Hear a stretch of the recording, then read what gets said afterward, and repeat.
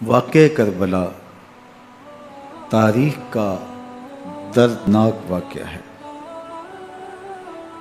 یہ اقتدار کی جنگ نہیں تھی، اقدار کی جنگ تھی۔ دو شخصیتوں کی لڑائی نہیں تھی، دو نظریات کا ٹکراؤ تھا۔ یہ حق اور باطل کا معرکہ تھا۔ یزید ظلم کا استعارہ ہے، حسین ابن علی امن کی علامت ہے۔ یزید جبر کا پتلا ہے، حسین صبر کا پیکر ہے۔ یزید اپنی بدطینت فطرت اور اپنی طبع ناہموار کے باعث دنیا پر ذلت و رسوائی، ظلم، جبر، جور و زیادتی کی علامت بن کے ابھرا، اور حسین ابن علی رضی اللہ تعالی عنہ حق و صداقت کا نشان بن کے ابھرا۔ کربلا کے تپتے ہوئے ریگزار میں حسینی اور یزیدی دو کردار سامنے آتے ہیں۔ اقبال نے کہا تھا، موسیٰ و فرعون و شبیر و یزید، ایند و قوت از حیات آید پدید، زندہ حق از قوت شبیری است، باطل آخر داغ حسرت میری است، سرخ رو عشق غیور از خون او، شوخی ای مصرع از مضمون او، تا قیامت قطع استبداد کر، موج خون او چمن ایجاد کر۔ یزید بہدل کی بیٹی محسون کا ناپاک بیٹا تھا، اور حسین محمد عربی کی بیٹی فاطمہ کا شہزادہ تھا۔ یزید دمشق کے اطراف میں سرجون اور جریر اختل جیسے اوباشوں کے جرمٹ میں پل کے جوان ہوا۔ حسین کے گھر کا دروازہ مسجد نبوی کے اندر کھلتا تھا۔ یزید نشے میں دھت ہو کر کے نمازیں چھوڑ دیتا تھا۔ حسین کی کربلا کے اندر بھی نماز تہجد قضا نہیں ہوئی۔ یزید ظلم کا دوسرا نام ہے، حسین امن کی علامت ہے۔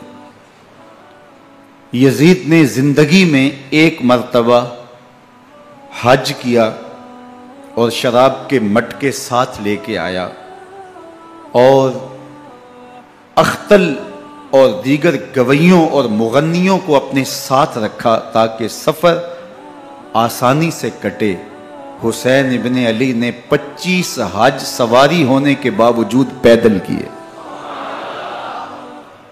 یزید حج بیت اللہ کے بعد مدینہ المنورہ آیا اور شراب کی ایک مجلس بپا کی۔ حضرت امام حسین رضی اللہ تعالی عنہ جب وہاں پہنچے تو شراب کی پھیلی ہوئی بدبو کو محسوس کرتے ہوئے فرمایا، یہ بو کیسی ہے؟ تو نشے میں دھت یزید بولا، یہ شام میں بنتی ہے، اور ایک جام منگوایا اور اس کو پیتے ہوئے دوسرا جام حضرت امام حسین رضی اللہ تعالی عنہ کی طرف بڑھاتے ہوئے کہا، ابا عبداللہ لیجئے۔ تو حضرت امام حسین رضی اللہ تعالی عنہ نے فرمایا، میں اس کی طرف دیکھتا بھی نہیں ہوں، اور پھر وہ عشقی اشعار پڑھنے لگا۔ جب یزید کی شراب نوشی کا منظر امام حسین رضی اللہ تعالی عنہ اپنی آنکھوں سے دیکھ چکے تھے تو مجھے بتاؤ، یزید کے ہاتھ پہ امام حسین کا پاک ہاتھ کیسے آتا؟ حضرت امام حسین رضی اللہ تعالی عنہ جس ماحول میں پلے تھے، جس ماحول میں پرورش پائی تھی، جس ماحول میں رہے تھے، وہ پاکیزہ اور تقدس مآب ماحول تھا۔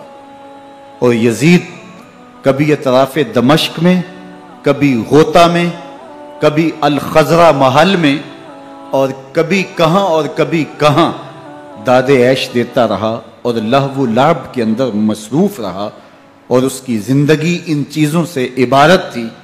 وہ محرمات کو حلال قرار دیتا، شراب نوشی اس کی ہڈیوں میں رچی ہوئی تھی، اور شریعت بیضا کا مذاق اڑایا کرتا۔ اور حسین ابن علی رضی اللہ تعالی عنہ کی دوستیاں جن لوگوں سے تھی وہ عبداللہ ابن عباس تھے، عبداللہ ابن عمر تھے، حضرت عبد الرحمن بن ابو بکر رضی اللہ تعالی عنہ تھے۔ یزید تو جوا کھیلتا رہا، یزید تو قمار بازی کرتا رہا، یزید تو شراب نوشی کرتا رہا، اور حسین ابن علی مسجد نبوی کے ممبر میں حضور کے پہلوؤں میں بیٹھتے رہے۔ زمانے نے وہ منظر دیکھا کہ سرخ رنگ کے جوڑے پہنے ہوئے حسنین کریمین حجرہ فاطمہ سے نکلتے ہیں، کم عمری کی وجہ سے کبھی گرتے ہیں کبھی سنبھلتے ہیں، اور آقا کریم خطبہ ارشاد کر رہے ہیں، خطبہ چھوڑ کے حضور نے شہزادوں کو اٹھا لیا۔ وہ منظر بھی زمانے نے دیکھا۔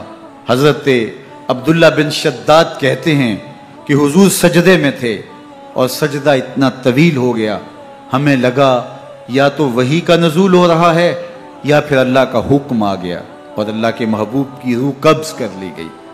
لیکن میں نے جب نظریں اٹھا کے ننکیوں سے دیکھا تو کیا منظر تھا کہ حسین ابن علی حضور کی پشت پہ بیٹھے ہوئے اور میرے آقا سجدے کو طول دے رہے ہیں۔ اللہ اکبر! حسین کے لیے پیغمبر کے سجدوں کو طول دیا جا رہا ہے۔ حسین ابن علی کبھی ممبر پہ حضور کی اطراف میں بیٹھتے ہیں، وہ منظر بھی دنیا نے دیکھا کہ حضور کے مبارک کندھوں پر حسین ابن علی بیٹھے ہیں اور حضور کی زلفوں کو پکڑا ہوا ہے۔ تو حضرت عمر رضی اللہ تعالیٰ عنہ دیکھ کے کہتے ہیں واہ واہ کیسی سواری میسر آئی حسین ابن علی کو۔ تو میرے آقا مسکرا کے کہتے ہیں عمر سواری دیکھتے ہو سوار بھی تو دیکھو۔ اللہ اکبر! حضرت اسامہ بن زید بن حارثہ رضی اللہ تعالیٰ عنہ فرماتے ہیں رات کا ایک پہر گزر گیا اور مجھے حضور سے کوئی کام تھا، میں آقا کریم کی خدمت میں حاضر ہوا، در دولت پہ دستک دی، حضور تشریف لائے تو چادر اوڑی تھی، بکل کی ہوئی تھی میرے حضور نے، تو میں نے اپنی حاجت کہی تو حضور نے میری حاجت پوری کر دی۔ لیکن ایک منظر میں نے دیکھا کہ حضور نے جو چادر کی بکل فرمائی تھی اس کے اطراف میں پہلوؤں میں ابھار تھے جس طرح اندر کوئی ہو۔ مجھ سے نہ رہا گیا، میں نے پوچھ لیا، میں نے کہا بندہ نواز چادر کے اندر کیا ہے؟ فَكَشَفَهُ، تو حضور نے چادر کو کھول دیا۔ فَإِذَا الْحَسَنُ وَالْحُسَيْنُ عَلَىٰ وَرِكَيْهِ، تو کہتے ہیں میں نے اپنی آنکھوں سے دیکھا ایک پہلو سے امام حسین لپٹے ہوئے تھے، ایک پہلو سے امام حسن لپٹے ہوئے تھے۔ فرمایا یہ میرے بیٹے ہیں، یہ میری بیٹی کے بیٹے ہیں، اے اللہ میں ان سے پیار کرتا ہوں، تو بھی ان سے پیار کر، جو ان سے پیار کرے اس سے بھی پیار کر۔ ان کی محبت کا درس دیا، ان کے پیار کا سبق پڑھایا، کہا ان سے پیار کرنے والا میرے سے پیار کرنے والا ہے، ان سے بغض رکھنے والا میرے سے بغض رکھنے والا ہے۔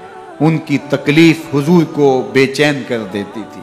حضرت سیدہ فاطمہ الزہرا رضی اللہ تعالی عنہا کے گھر کے قریب سے گزرے تو حضرت امام حسین کے رونے کی آواز آ رہی تھی، تو آقا کریم علیہ السلام نے فرمایا کہ فاطمہ حسین کو چپ کرواؤ، الا تعلمی ان بقاءہ یوزینی، تو جانتی نہیں حسین کا رونا مجھے دکھ دیتا ہے۔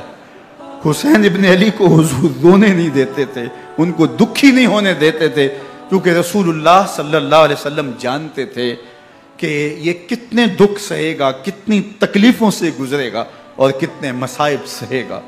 زمانے نے وہ گھڑیاں بھی دیکھی کہ حضرت حذیفہ بن یمان رضی اللہ تعالیٰ عنہ فرماتے ہیں کہ میں حضور کی خدمت میں نماز مغرب کی ادائیگی کے لیے حاضر ہوا، اور میں نے یہ اجازت خاص طور پہ اپنی ماں سے اس شرط پہ لی تھی کہ امی آپ مجھے اجازت دیں، میں حضور کی خدمت میں حاضر ہوتا ہوں، مغرب کی نماز بھی ادا کروں گا اور پھر حضور سے عرض کروں گا حضور میرے لیے اور میری ماں کے لیے بخشش کی دعا کر دیجئے۔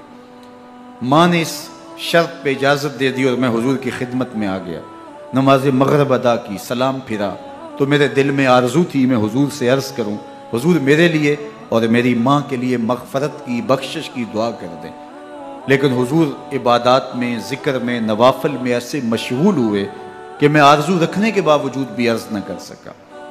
خیر نماز عشاء کا وقت ہوا، اذان پکاری گئی، حضور مصلی پہ آئے، نماز پڑھی، سلام پھرا، تو میرے دل میں پھر خیال آیا کہ ماں سے ایک نماز کی چھٹی لی تھی، نمازیں بھی 2 ہو گئیں، ماں نے جاتے پوچھنا ہے حضور سے میرے لیے اور اپنے لیے مغفرت کی، بخشش کی دعا کروائی تھی، تو کیا جواب دوں گا؟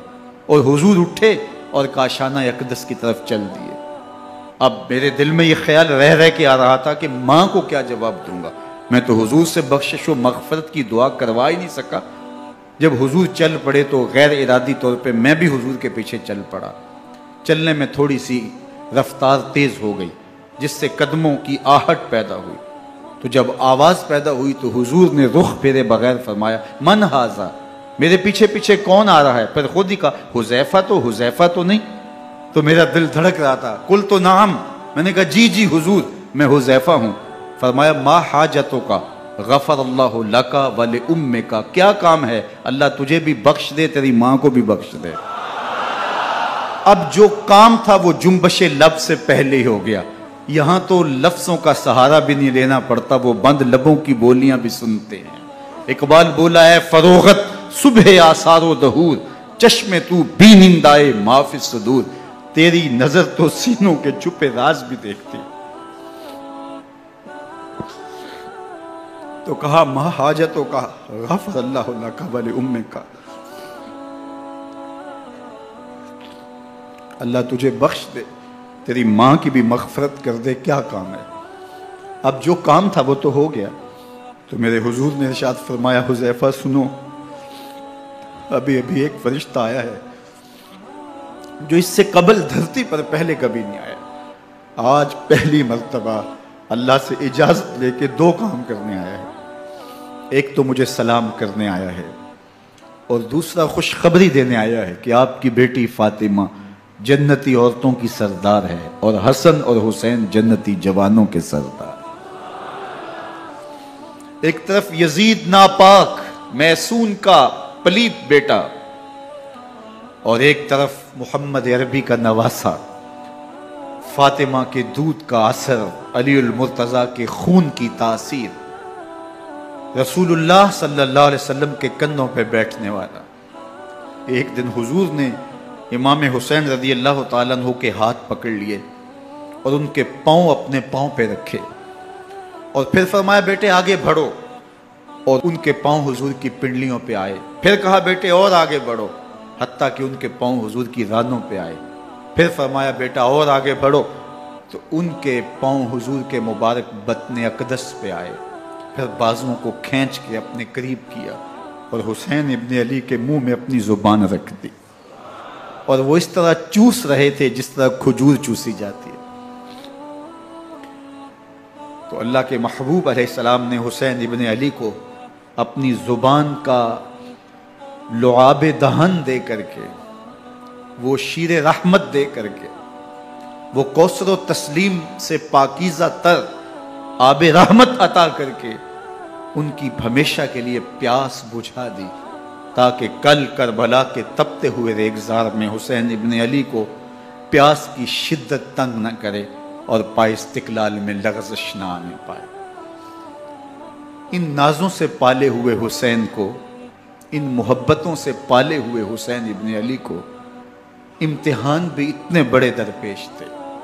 یاری تیری سونا پر ازمیشاں تیریاں اگ، سونا پرکھیا جامدہ ہے نال اگاں دے لگ۔ جتنا بڑا شخص ہوتا ہے اتنی آزمائشیں بھی بڑی ہوتی ہیں۔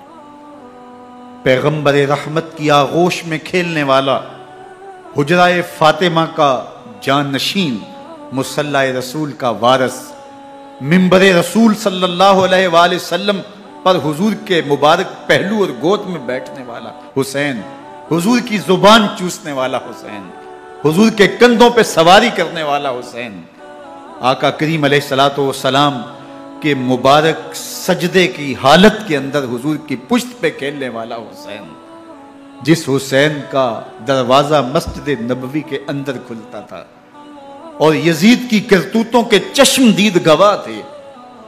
یزید جب تخت نشین ہوتا ہے تو اسے یہ فکر ہوتی ہے کہ امام حسین، عبداللہ بن زبیر، عبداللہ بن عمر، عبداللہ ابن عباس یہ میری بیعت کریں. اور وہ ولید بن عقبہ کو لکھتا ہے کہ ہر صورت میں ان کی بیعت لو، اور اگر بیعت نہ دیں تو سختی کرو. حضرت امام حسین رضی اللہ تعالی عنہ کو بلاوا آتا ہے کہ آپ کو دارالامارت میں گورنر ہاؤس میں بلایا جا رہا ہے. ولید بن عقبہ کا پیغام آپ کو پہنچتا ہے. آپ اس وقت فرماتے ہیں کہ اس وقت جو پیغام پہنچا ہے وہ کسی خطرے سے خالی نہیں ہے.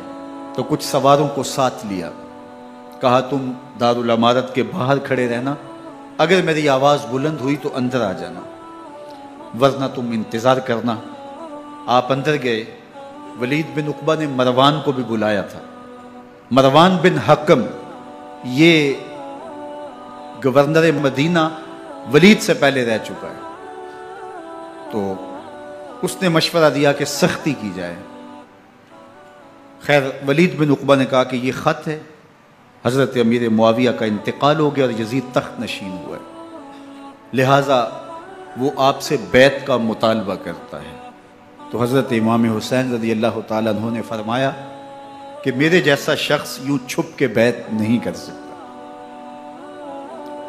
اور آپ واپس پلٹے. مروان بن حکم نے ولید بن عقبہ کو کہا کہ یہ موقع ہے جانے نہ دیا جائے، اگر یہ نکل گئے تو دوبارہ تم قابو نہیں پا سکو گے، اور انہیں یہیں قتل کر دیا جائے. حضرت امام حسین رضی اللہ تعالیٰ عنہ نے یہ بات سن لی. کہتے ہیں حضرت امام حسین انہی قدموں کے بل واپس پلٹے اور مروان بن حکم سے مخاطب ہو کے کہا، مروان کیا بول رہا ہے؟ وہ خاموش ہو گیا. فرمایا تو جانتا نہیں ہم کون ہیں؟ آنا حسین ابن علی ابن ابی طالب، میں حسین ہوں، میں علی کا بیٹا ہوں. ہمارے گھر میں قرآن اترتا رہا ہے، وحی کا نزول ہوتا رہا ہے، اور یزید فاسق ہے، فاجر ہے، مسلمانوں کا قاتل ہے اور شرابی ہے. میں ڈنکے کی چوٹ پہ یزید کی بیعت سے انکار کرتا ہوں. بس حیدری کچھار سے محمدی شیر نکل آیا ہے. اب اوسان خطا ہو گئے، راستہ چھوڑ دیا، واپس آئے. سیدہ زینب سے ملے، کہا مدینے کو چھوڑنا پڑے گا. کہا بھیا کیا ہوا؟ کہا یزید بیعت لینے پہ مصر ہے اور میں کسی صورت بھی بیعت نہیں کروں گا. رسول اللہ کا مدینہ ہمارے خون سے لالازار بنے گا. میں نہیں چاہتا کہ حضور کے شہر نور کی حرمت پامال ہو. دوستو وہ کیسا منظر ہوگا جب حسین ابن علی نے آخری حاضری حضور کے روضے پہ دی ہوگی. حاجی یا معتمر 10 دن کے لیے، 8 دن کے لیے، 20 دن کے لیے مدینہ المنورہ عارضی سکونت اختیار کرتا ہے، اور حضور کے روضہ انور سے، اس شہر نور سے، ان گلیوں سے، ان بام و در سے ایسا مانوس ہو جاتا ہے کہ جب واپس پلٹ رہا ہوتا ہے ان دعاؤں کے ساتھ کہ دوبارہ آنا بھی نصیب ہو، اور اسے لگتا ہے کہ میں دوبارہ بھی بلایا جاؤں گا، لیکن اس کے باوجود شہر حبیب چھوڑنا قیامت سے کم نہیں ہوتا. اعظم چشتی مرحوم آخری بار جب حضور کے روضہ انور پہ گئے تو بیمار تھے، ویل چیئر پہ تھے. باب بقی سے باہر نکلے تو خادم سے کہا کہ میری ویل چیئر پیچھے سے کھینچو تاکہ میرا رخ روضہ انور کی طرف رہے. اور وہ پیچھے سے کھینچتا چلا جا رہا ہے، اور جب باب مکہ سے پیچھے جنت البقیع کے قریب سے گنبد خضرا نگاہوں سے اوجل ہونے لگا تو اعظم چشتی مرحوم نے کہا، جان بدن سے نکلتی ہے اعظم، جان بدن سے نکلتی ہے اعظم، کوئی آسان ہے مدینے سے جدا ہونا، کوئی آسان ہے مدینے سے جدا ہونا. یہ اس شخص کی کہانی ہے جو 10 دن، 5 دن، مہینہ، 2 ماہ وہاں رہتا ہے، اور پھر اس شہر کو چھوڑ کے آنا اس کے لیے آسان نہیں ہوتا. اور مجھے بتاؤ کہ حسین جو پیدا مدینے میں ہوا، جس کے گھر کا دروازہ مسجد نبوی کے اندر کھلتا تھا، جو مسجد نبوی کے اندر پرورش پا کے جوان ہوتا ہے اور مدینے کی گلیوں میں کھیلتا رہا، اس حسین ابن علی کے لیے مدینہ چھوڑنا، اور پھر وہ اس بات کا علم اور شعور رکھتے تھے کہ یہ آخری بار حضور کے در پہ حاضری ہے، دوبارہ اس شہر نور میں نہیں آ سکوں گا، تو کیا قیامت ہوگی اور کیا منظر ہوگا۔ محمد بن حنفیہ کے علاوہ خاندان نبوت کے جتنے لوگ تھے ان سب نے شہر مدینہ کو الوداع کہا، اور رات کے موقع میں مدینہ المنورہ کو، مسجد نبوی کو چھوڑ کر کے مکہ کی جانب عازم سفر ہوئے۔ 3 شعبان المعظم کو مکہ المکرمہ پہنچتے ہیں، ادھر کوفیوں کے خطوط آنے شروع ہو جاتے ہیں۔ حضرت امام حسین رضی اللہ تعالیٰ عنہ مسلم بن عقیل رضی اللہ تعالیٰ عنہ کو صورتحال معلوم کرنے کے لیے بھیج دیتے ہیں۔ 40,000 کوفی آپ کے ہاتھ پہ بیعت کر لیتے ہیں۔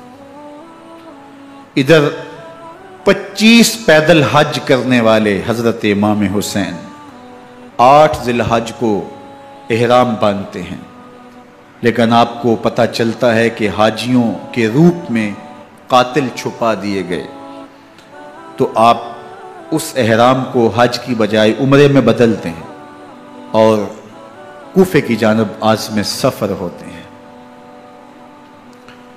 کائنات والو، ذرا سینے پہ ہاتھ رکھ کے دیکھو کہ یہ کتنا مشکل مرحلہ تھا۔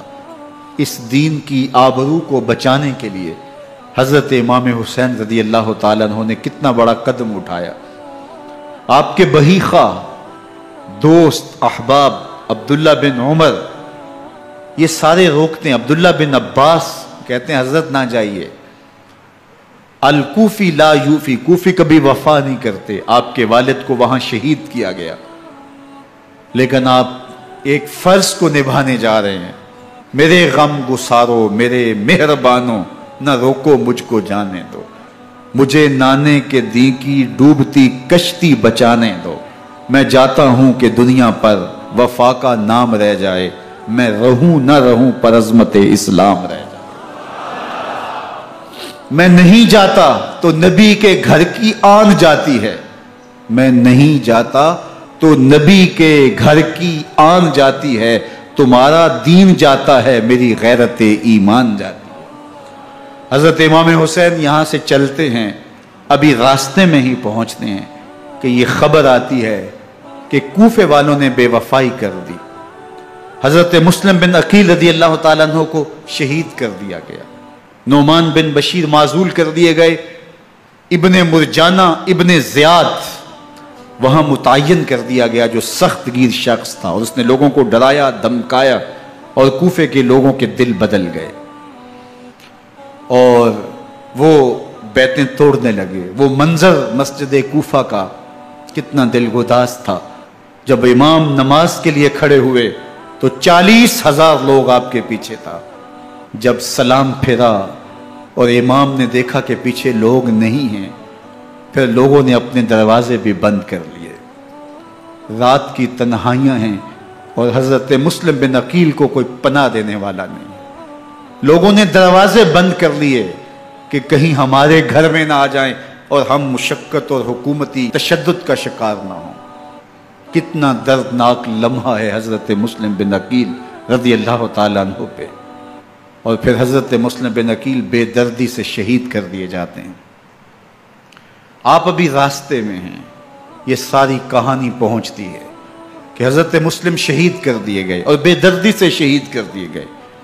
وہ جنہوں نے خط لکھے تھے کہ ہم آپ کے ساتھ ہیں اور ہم منتظر ہیں، چشم بھرا ہیں، آپ کے قدموں کی چاپ سننے کے لیے بےتاب ہیں، آج انہوں نے بیتیں توڑ دی، 40,000 کوفی منحرف ہو گئے۔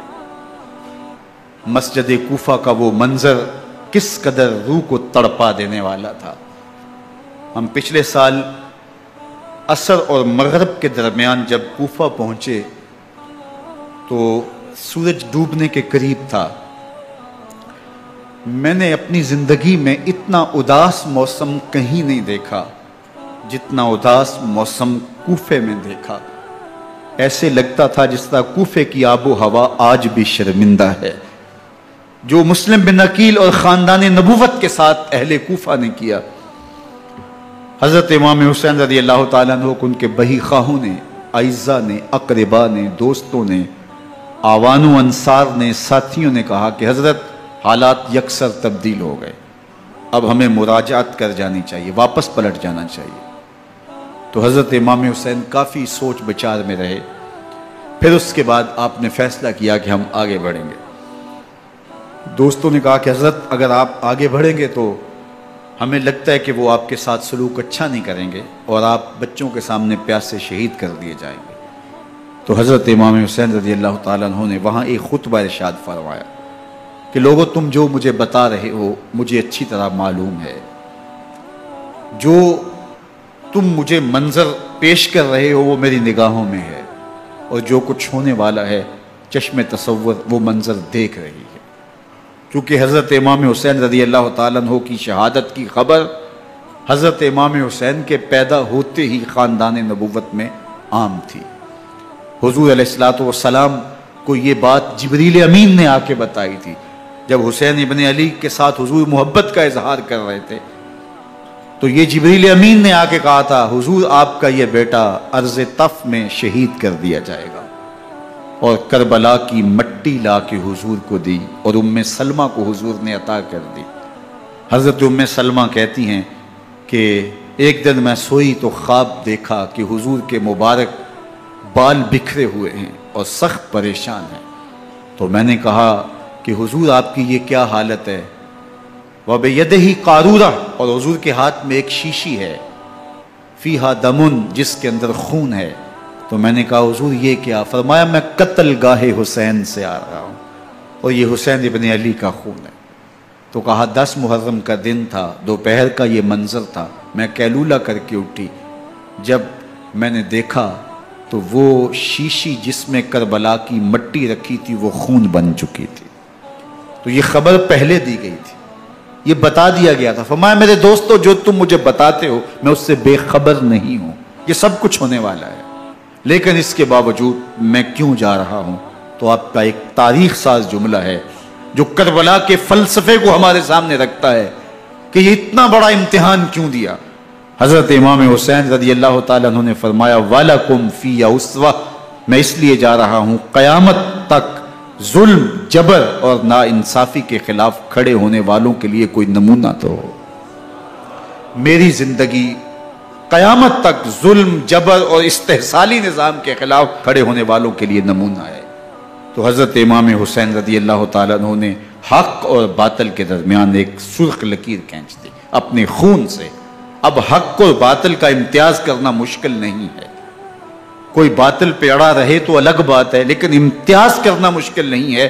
حدود بالکل واضح کر دیں۔ اقبال نے یہاں کتنی خوبصورتی کے ساتھ اس مضمون کو نبھایا۔ سرخ رو عشق غیور از خون او، شوخی این مصر از مضمون او، تا قیامت قطع استبداد کر، موج خون او چمن ایجاد کر۔ ایک جہاں آباد کر دیا، حق اور باطل کی راہیں اجال دی۔ اب لوگوں کو یزید کا چہرہ پہچاننے میں دیر نہیں لگتی، وقت کے ہر یزید کا چہرہ آسانی سے پہچانا جا سکتا ہے۔ یہ معرفت زمانے کو کروائی کس نے؟ حسین ابن علی نے کروائی رضی اللہ تعالی عنہ۔ تو حضرت امام حسین نے فرمایا کہ جو میرے ساتھ ہونے والا ہے میں اچھی طرح جانتا ہوں، لیکن میں اس کے باوجود آگے بڑھوں گا۔ پھر بڑھے اور کربلا میں جا کے خیمہ زن ہو گئے۔ 7 محرم کو پانی بند کر دیا گیا، پانی بند ہوا تو کھانا بھی میسر نہیں تھا، لیکن ذکر پانی کا ہوتا ہے اس لیے کہ کھانے کے بغیر انسان کئی دن کاٹ لیتا ہے، لیکن پانی کے بغیر گزر نہیں ہوتی۔ تو فرات کی نہر سامنے اپنی موجوں کے ساتھ چمک رہی ہے، لیکن ایک قطرہ آب بھی آل رسول کو نہیں دیا جا رہا۔ کائنات کے اندر ایسے انوکھے امتحان بھی ہوتے ہیں، وارث ہوں ساقی کوثر کے، مالک ہوں حوض کوثر کے، اور بیٹے ہوں ساقی کوثر کے، اور آج ایک بوند پانی کی بھی میسر نہ ہو۔ صبر کا امتحان ہے، عزیمت کا امتحان ہے۔ حضرت امام حسین رضی اللہ تعالیٰ عنہ خیمہ زن ہو گئے، 3 دن تک پانی بند رہتا ہے، 9 محرم کو رات کی تنہائی میں حملہ آور ہونا چاہتے ہیں، لیکن آپ نے کہا کہ ہمیں اللہ کے حضور عبادت اور ذکر کے لیے وقت دیا جائے۔ ساری رات ذکر میں گزرتی ہے، عبادات میں گزرتی ہے۔ رات کے اندھیرے میں آپ چراغ بجھا دیتے ہیں۔ آوان و انصار کو کہتے ہیں کہ ان کی دشمنی میرے ساتھ ہے، انہیں میرا خون چاہیے، اگر تم رات کی تاریکی میں نکل جاؤ تو میں تم سے کوئی مواخذہ نہیں کروں گا، اور یہ بھی تمہارا پیچھا نہیں کریں گے، اس لیے کہ ان کا مطلوب تم نہیں ہو، ان کا مطلوب میں ہوں۔ جب چراغ جلایا تو کوئی بھی نہیں گیا۔ مسلم بن اوسجہ کھڑے ہو کے کہتے ہیں حضرت اگر ہمارے بدن کو 70 بار کاٹا جائے اور جلایا جائے اور ہواؤں میں اڑا دیا جائے پھر بھی آپ کا ساتھ نہیں چھوڑیں گے۔ 70 سال کے بوڑھے ہیں حبیب بن مظاہر، کہتے ہیں حضرت آپ کو چھوڑ کے جائیں کہاں، آپ کو چھوڑ کے جائیں کہاں، کوئی ساتھ چھوڑنے کے لیے تیار نہیں ہے، پیاس ہے، سخت گرمی ہے، کربلا کا ماحول ہے، 72 افراد اور خاندان کی خواتین میدان کربلا میں خیمہ زن ہیں، دوسری طرف لشکر اعداء اشقیا 22,000 کی تعداد میں مقابلے میں، ایک روایت 30,000 کی ہے۔ ان صرف 72 پیاسے لوگوں کے لیے اتنے لوگوں کو جمع کرنے کا مقصد خوف زدہ کرنا تھا۔ شرط ہے کہ یزید کی بیعت کر لیں، محاصرے توڑ دیں گے، پانی دستیاب ہوگا، اعزاز و اکرام سے نوازا جائے گا، خزانوں کے منہ کھول دیے جائیں گے۔ لیکن حسین ابن علی کہتے تھے سب کچھ لٹ جائے گا، باطل کے ہاتھ پہ ہاتھ نہیں رکھوں گا۔ اللہ اکبر۔ اب صبح طلوع ہوتی ہے، عاشور کا دن چڑھتا ہے، سورج اپنی پوری تمازت کے ساتھ گرمی برسا رہا ہے۔ آج خاندان نبوت کا امتحان زمانے نے دیکھنا ہے۔ رسول اللہ کا لعاب چوسنے والا اس کے صبر کا آج امتحان ہے، حضور کے کندھوں پہ کھیلنے والے حسین کا آج امتحان ہے۔ اللہ اکبر۔ حسین ابن علی تمام حجت کرتے ہیں میں نے تمہارا کچھ نہیں بگاڑا، میں نے کسی کا خون نہیں کیا، میں نے کوئی زیادتی نہیں کی، تم کیوں میرے قتل کے در پہ ہو؟ تم جانتے نہیں میں کون ہوں؟ میں تمہارے نبی کا نواسا ہوں، رسول اللہ صلی اللہ علیہ وآلہ وسلم کے کندھوں پہ کھیلتا رہا ہوں، حضور کا لعاب چوستا رہا ہوں، اور میں بوسہ گاہے رسول صلی اللہ علیہ وآلہ وسلم ہوں۔ لیکن ان اشقیاء کے دل پر کوئی چیز اثر انداز نہیں ہوتی۔ ایک ہور ہے، اللہ اس کے دل میں نرمی ڈالتا ہے۔ پہلے تو امام حسین کو گھیر کے لے کر کے آتا ہے، لیکن بعد میں وہ قافلہ یزید سے قافلہ حسین کی طرف آ جاتا ہے۔ امام حسین فرماتے ہیں تو دنیا میں بھی ہور ہے، آخرت میں بھی ہور ہے، آزادی مل جاتی ہے۔ باقی 22,000 کا لشکر جرار امام حسین کے قتل کے در پہ ہے۔ پھر تاریخ نے خاندان نبوت کا وہ انوکھا امتحان دیکھا۔ حضرت امام حسین کے بچے بالخصوص خواتین پیاس کی شدت میں حلق خشک ہیں۔ حضرت سکینہ تڑپ کے اپنے باپ سے کہتی ہیں کہ مجھے 6 ماہ کے لیے اصغر کی پیاس نہیں دیکھی جا رہی۔ بچے کو ہاتھوں پہ اٹھاتے ہیں اور نہر فرات کے کنارے پہنچ کے فرماتے ہیں اشقیاء سے مخاطب ہو کے تمہارا معاملہ میرے ساتھ ہے، اس 6 ماہ کے بچے نے تمہارا کچھ نہیں بگاڑا، اور چلو بھر کے اس کا حلق سیراب کرنا چاہتے ہیں۔ ایک 2 شاخہ تیر آتا ہے جو حضرت علی اصغر کے گلے کو چیر دیتا ہے۔ راوی لکھتے ہیں کہ وہ عام تیر نہیں تھا، جانوروں کو شکار کرنے کے لیے جو بڑے تیر ہوتے ہیں وہ 2 شاخہ تیر تھا، وہ گردن کو کاٹ دیتا ہے، خون بہنے لگتا ہے، گردن لٹک جاتی ہے۔ حضرت امام حسین وہ بہتا ہوا خون اپنے چلو میں لیتے ہیں اور آسمان کی طرف اچھال کے کہتے ہیں مالک حسین کی یہ قربانی بھی قبول۔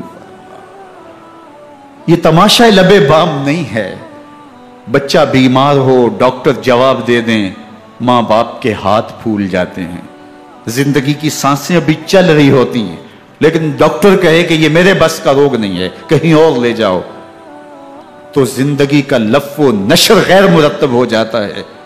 میں سلام پیش نہ کروں حسین ابن علی کو، 6 ماہ کا علی اصغر ہاتھوں میں دم توڑتا ہے، گردن لٹک جاتی ہے، خون بہ رہا ہے، اب خیموں کی طرف بڑھ رہے ہیں، لیکن زبان پہ شکایت نہیں ہے، کہتے ہیں مالک حسین کی یہ قربانی قبول کر لے۔